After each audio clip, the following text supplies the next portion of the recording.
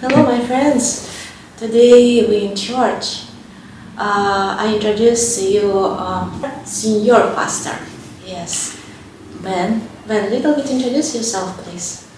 Yeah, I'm the pastor here at the First Baptist Church of San Francisco.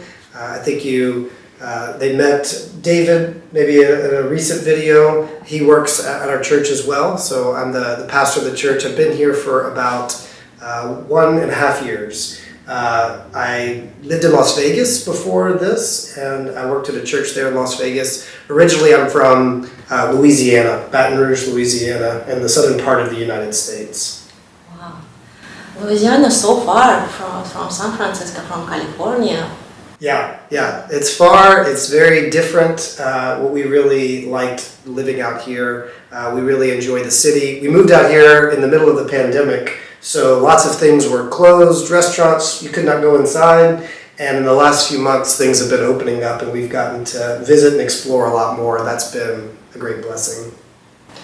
Yes, we're very happy because first of all we just noticed you site of this church change. If you open staff list, staff introduce like talking about what restaurant prefer for eating. It's your idea? Actually, I think they had that idea before I came on staff here. So someone else, maybe who had designed the website in a couple of years ago before I got here, had that idea. But food, restaurants, it's a big deal in San Francisco. People like to eat. There's lots of good restaurants, and so we thought it would be fun to put our favorite restaurant. But I was new to the city when they asked me that, so I didn't know what to put. So I just like to ask people for their recommendations. Do you have any recommendations for me where I should go, food I should try, a restaurant I should eat? Yes, I really love Mexican restaurant and Japanese restaurant, of course, because I love fish. Fish very healthy for us, Yeah. So it's also San Francisco. I don't remember name, but good, very good restaurant, Japanese restaurant. So maybe food is kind of present not only food, maybe present nationality too. That's right. Yeah, a lot of culture, different nationalities, or even different parts of a nationality. Like the United States, we've got many different types of food that you can find in different parts of the country. So where I'm from, in Louisiana, there is what's known usually as Cajun food or Creole food. And sometimes it's hard to find that in different places, but there's some restaurants here in San Francisco that we found that have some of our food kind of from home. Wonderful. And I noticed about it's not information about food, a lot of information about family. For example, I know your family not very big, but that's kind of big too because you have 2 children. Yes. Yeah, I think it is. Maybe for San Francisco, it's kind of big. When I was moving here, somebody told me that you're more likely to see a dog than a child in San Francisco. There's not many children in the city. So a family of 4 in San Francisco is kind of probably big. But thankfully, the Lord has provided us with a place where our family gets to live here in the city, and we've really enjoyed it. Okay, I have a question about family. You're talking about in the church, people come in, a lot of people come in different nationality, different culture, and different country too. I show you one singer who has big family too. These people from my country. Okay, I little bit show you. Okay.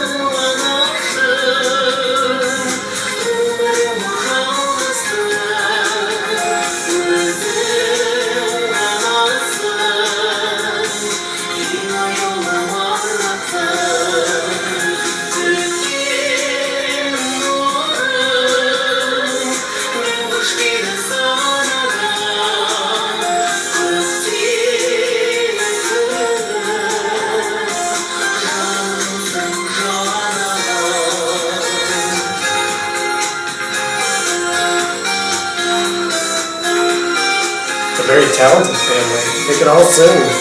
I love all the pictures too.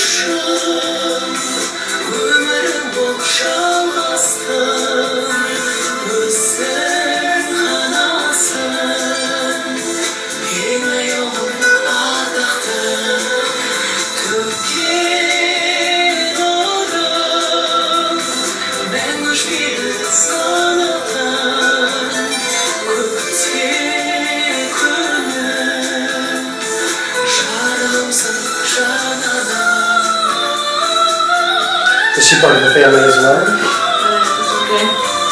Yes. That's so special.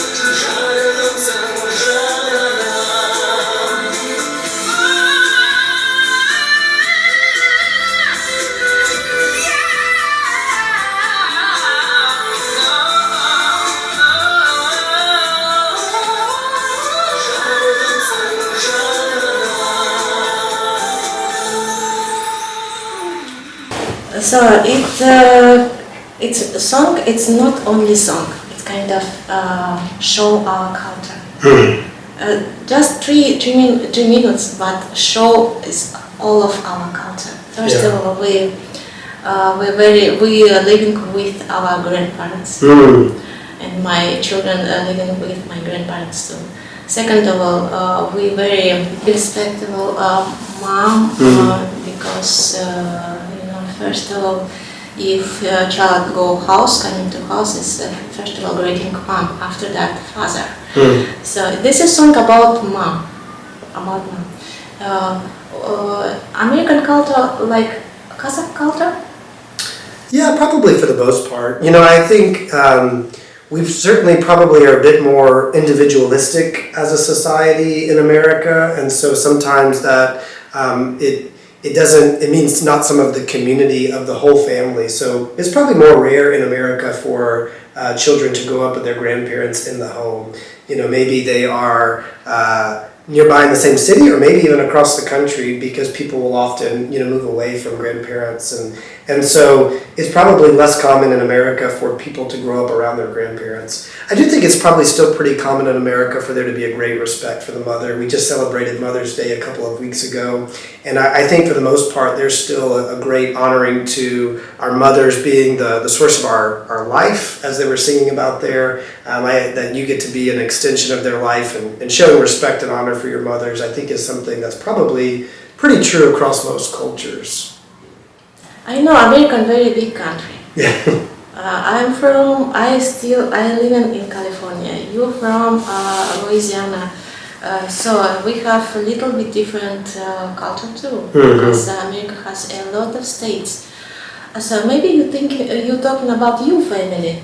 What about you? Were you raised in a big family too? Yeah, so my dad is the youngest of 11 children, and so he has 10 older brothers and sisters, which means they all have lots of kids. And so on that side of the family, I have, maybe 35 first cousins. So very big family on that side. We would have Thanksgiving or Christmas dinner, and it would be a whole house full of people.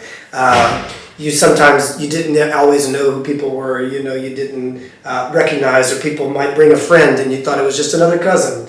My mom's side of the family, she is one of only three, so it's my grandparents, their three kids, and then maybe just 6 of us grandkids, so a much smaller family. But we probably more of the family stayed in Louisiana, where I found in California, many times people have traveled, moved from their home city, their home state.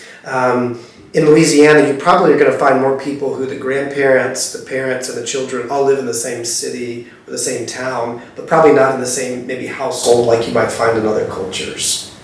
So in your family, 11 children, brother, and you have sibling 11? Not me, my dad. Your dad. My dad. So I have, on that side, he has 10 brothers and sisters. I have 2 older sisters. 2 older sisters. Yeah. Oh, okay. So we as our family is kind of immediate family, kind of not very big, probably average size for America. But my dad's family was very big. So anytime we did family gatherings with those grandparents, large family parties. So in your family, how you rise, how you go to religion? Because you're pastor, you seen your pastor a big city, San Francisco. How you go to religion?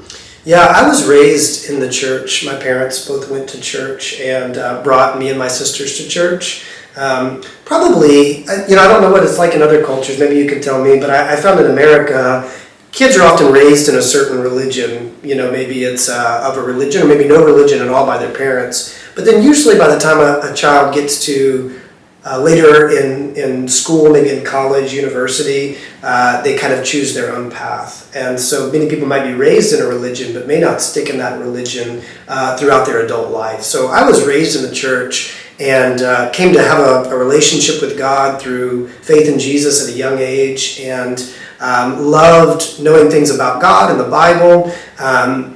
Thought that I would probably do another job and still love God. Actually studied engineering in university, but while I was doing that, I felt God calling me to become a pastor, to teach other people the Bible, to try to tell other people about Jesus, about the good news of Jesus. And so I became a pastor in Louisiana, and then served in a church in Las Vegas, and now a pastor here in San Francisco. Oh yes, your age is like 30? 33. 33, Yeah. You're very young. 33, you're a pastor. But interesting, this church has 3 pastors. Why 3 pastors? Why not 1? Yeah, and they're usually, I think what we see in the Bible, there's not really a set prescription as to how many pastors a church should have. But there seems to be some goodness of having multiple leaders who can do different things, who can serve and care for the people of the church. So if you look on our website, I would be listed as senior pastor, which obviously doesn't really mean age senior because I'm pretty young, but it kind of means maybe the lead of the church. But when it comes to pastoring the church, caring for the church, we try to share that responsibility. And so we're not a huge church, but there are quite a few people that are members of our church and come to our church, and so we want to be able to care for them well. So having more than one pastor is good for leading and guiding the people of this church. So a religion is kind of part of culture of America, yes, people. I think there was a time when religion was probably more part of the American culture. There's probably still some remnants, but in this part of America, in San Francisco, religion is not necessarily as much part of the San Francisco culture. It's probably most common here in our city for people to be probably somewhat atheist, or maybe what we would say is agnostic, not religious at all. But there's probably still certain parts of the country where probably Christianity is the main religion. But you said we have very big country, very diverse country. Many different religions are practiced and worshipped here in the United States. I ask about that because names of your children very American maybe because it's names from Bible. Yeah. Yeah, I think that some of the common names that you would find in our culture were names that were found in the Bible for a while. I think probably like now that Christianity maybe not has as big of an influence in our country, some of those names might go away. They might choose different names, but we chose biblical names just because we love being able to think back to what those names mean. So my oldest son, his name is Ezekiel. That's a name from the Bible. And it means in the Bible that the Lord strengthens. And so just be able to kind of celebrate that heritage of his name is pretty cool. My name is Benjamin, which is also a name from the Bible, and it means son of my right hand. Benjamin was the youngest of Israel's 12 sons that he had. And so it was always special for me to think about where my name comes from and being able to relate it to the Bible. So that's why we chose biblical names. We have Ezekiel and we have Levi. That's an interesting name. What about name your wife? Her name is Alana, and that's not a biblical name. Maybe the end of it is Anna, or Anna might be in the Bible. I think it was one that her parents just liked. So in the Christian religion, there's nothing that says you need to name your children after biblical names. It's really just kind of up to the parents. And so sometimes parents will choose names for different reasons. But for our two sons so far, we've enjoyed having biblical names. That's interesting, yes. So you have a lot of pictures in your office. That's office, yes, your office. A little bit maybe talk about your office. I see a lot of pictures background us. First of all, of course, I see your family. Yeah, this was a recent one. I think we had it like on the Christmas card that we sent out to our friends and family and updated. This was actually when we had first moved to San Francisco. So these are about a year apart. And you can kind of see how much my two sons have grown in the pictures. This was a picture we took of a trip we took with my family. So both of my parents are in the picture, and both of my wife's parents are in the picture, and then my two sisters and their husbands and their families. We all went to Disney World in Florida last Thanksgiving. Oh, wonderful, yes. And your children? Yes, those are my two boys. We got the church behind them.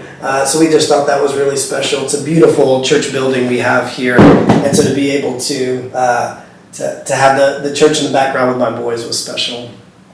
And of course, Golden Gate. Yes, that's right. Good reminder. You can see the city in the background. I believe God's brought me to this city to care for the people here. And so a good reminder right behind me of the city that He's called me to. You're right, it's kind of iconic for you. It's kind of to remind you because you're big manager, of big church, right? And sometimes I see, sometimes not always because I don't have too much time, but I see aside this church and people talking about church. It's kind of thank you church because you just show me way how go to God. Yes. And you have special department for studying children too, yes? Yeah, we have, talking about families, we want families to be able to be a part of our church and raise their children in the ways of the Lord as the Bible teaches us. And so, the Bible teaches that the family, mother and father and children are very important, but then there's a bigger picture. The Bible will also speak about kind of the family of God. So we kind of believe that God brings us together as a church, as a family, and it's our job together as one big family to raise up the next generation. And so we work together to teach children the Bible and things about God and how to love God and love people. We teach our teenagers some of those same things, and so we have particular areas to help raise them in the things of the Lord. So I noticed about Facebook too. If open your Facebook or open David or Clark, all of pictures, not only yourself, always with wife or maybe children too. That's wonderful. That's kind of like iconic too for your church. Yeah. Well, for the most part, I don't think people want to see me. They want to see my wife and my growing boys. Especially, we have moved away from some family. We don't live near them. Or people that we knew in Las Vegas, friends that we made there, or in Louisiana. We don't get to see them very often. And so when we put things up on Facebook, it kind of updates them on how our family is doing and how my boys are growing. And they always love that. So I don't have a lot to say on social media except for just show my family and let people enjoy those pictures. That's no. I think that's a very huge plus because you more open for people at first of all, and you more sociable for people. I'm sorry. Maybe talking about. I see this because I'm sociologist. It's my it's kind of. That's your focus. That's what you. Yes, my focus. Yes, for studying because I try to looking for my way to living in America because I think it's kind of start to living in America. If you're proud for us, we very appreciated you because this time not a very very hard time. Yeah. Yes. Maybe you talking a little bit about this time and proud for us too. Yeah. Well, it's what we see right now. Sadly, we've seen all throughout history, but it just seems like in this moment, there's a lot that is happening to families and to individuals all around the world. In our own country, we've had some shootings over the last couple of weeks that have been very tragic, seeming to target certain people or races or ethnic groups of people, very hatred. And then, of course, around the world, we see the war that is coming from Russia to Ukraine and to different parts of Europe. I know even maybe affecting people in Kazakhstan and other countries in Europe. And so many families and individuals are experiencing what we as Christians would call the brokenness of this world. That God designed this world in a good way, but that sin has broken the world, and we see it all around us. And so we certainly, it's good for us to go to God and pray, asking Him to work in behalf of these different situations. So yeah, I'd be honored to pray. Heavenly Father, we thank you for the life that you've given us here on this earth. We thank you for your love and your grace towards us. We thank you that you've shown that most clearly to us in sending your Son Jesus to be a substitute for us, God, to provide a way of salvation, to give us a hope in difficult times. God, I pray that people around our world would have hope.